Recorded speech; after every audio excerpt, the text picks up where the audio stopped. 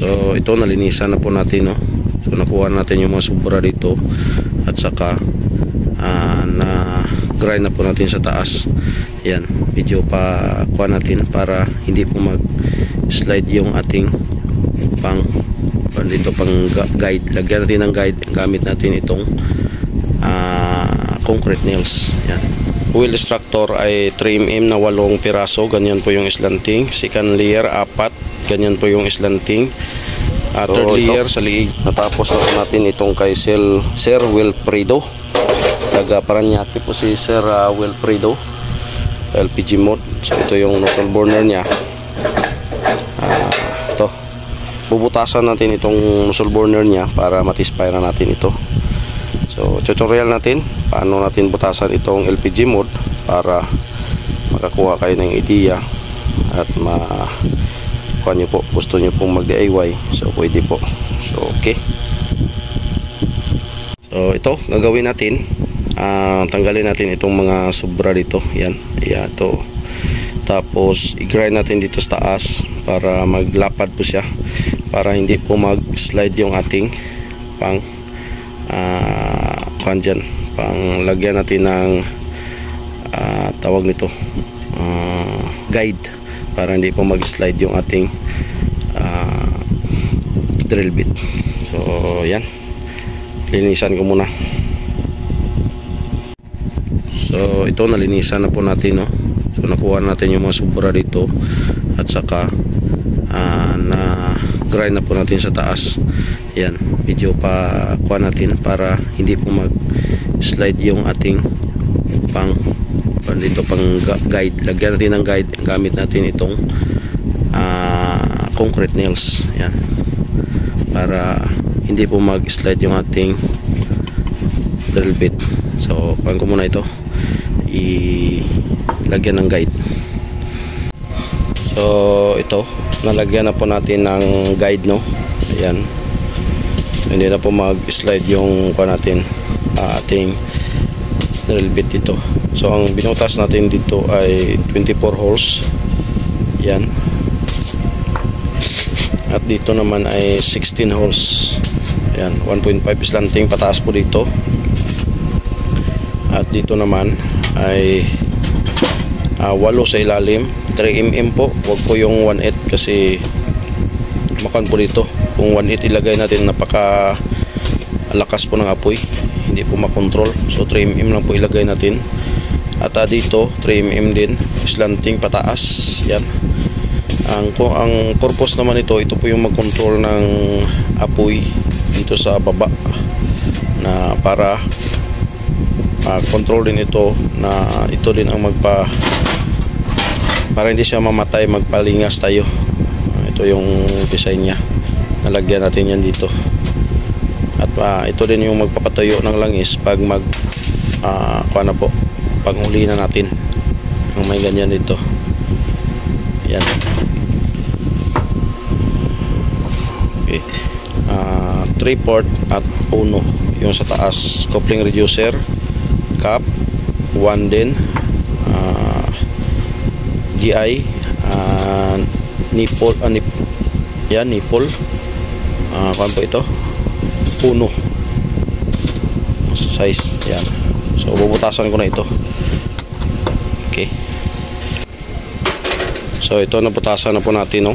So itong sa wheel extractor ay 3mm na 8 piraso, ganyan po yung slanting. Second layer 4, ganyan po yung slanting. Third layer sa liig niya, ganyan yan yung slanting. Ayan, at sa 16 na piraso 1.5, at sa top niya ay 24 holes na 1.5. So yan po yung ating butas ng LPG mode. So pwede natin itong i-spire.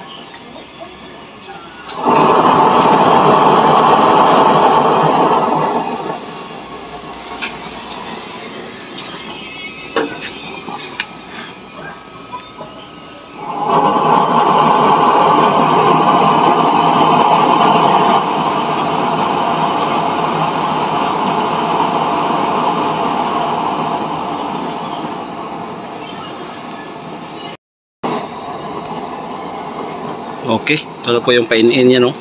So ito yung kanya oil level regulator. Kung magsobra dyan, dito na lang tayo mag-control. Ano din sa kabila. Kung mag-apaw na dyan sa regulator niya, yan, may butas po yan.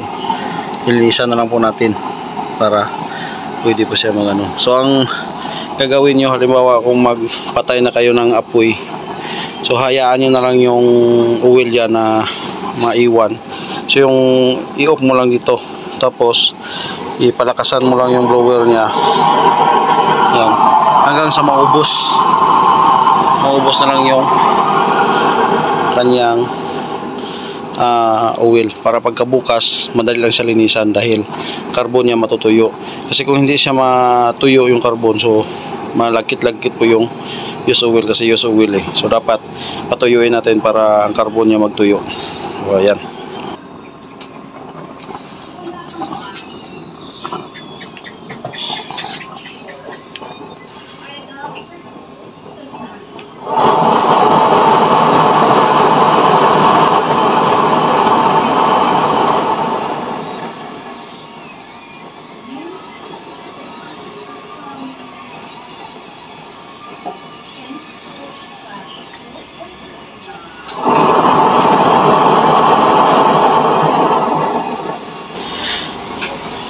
Okay, magandang gabi.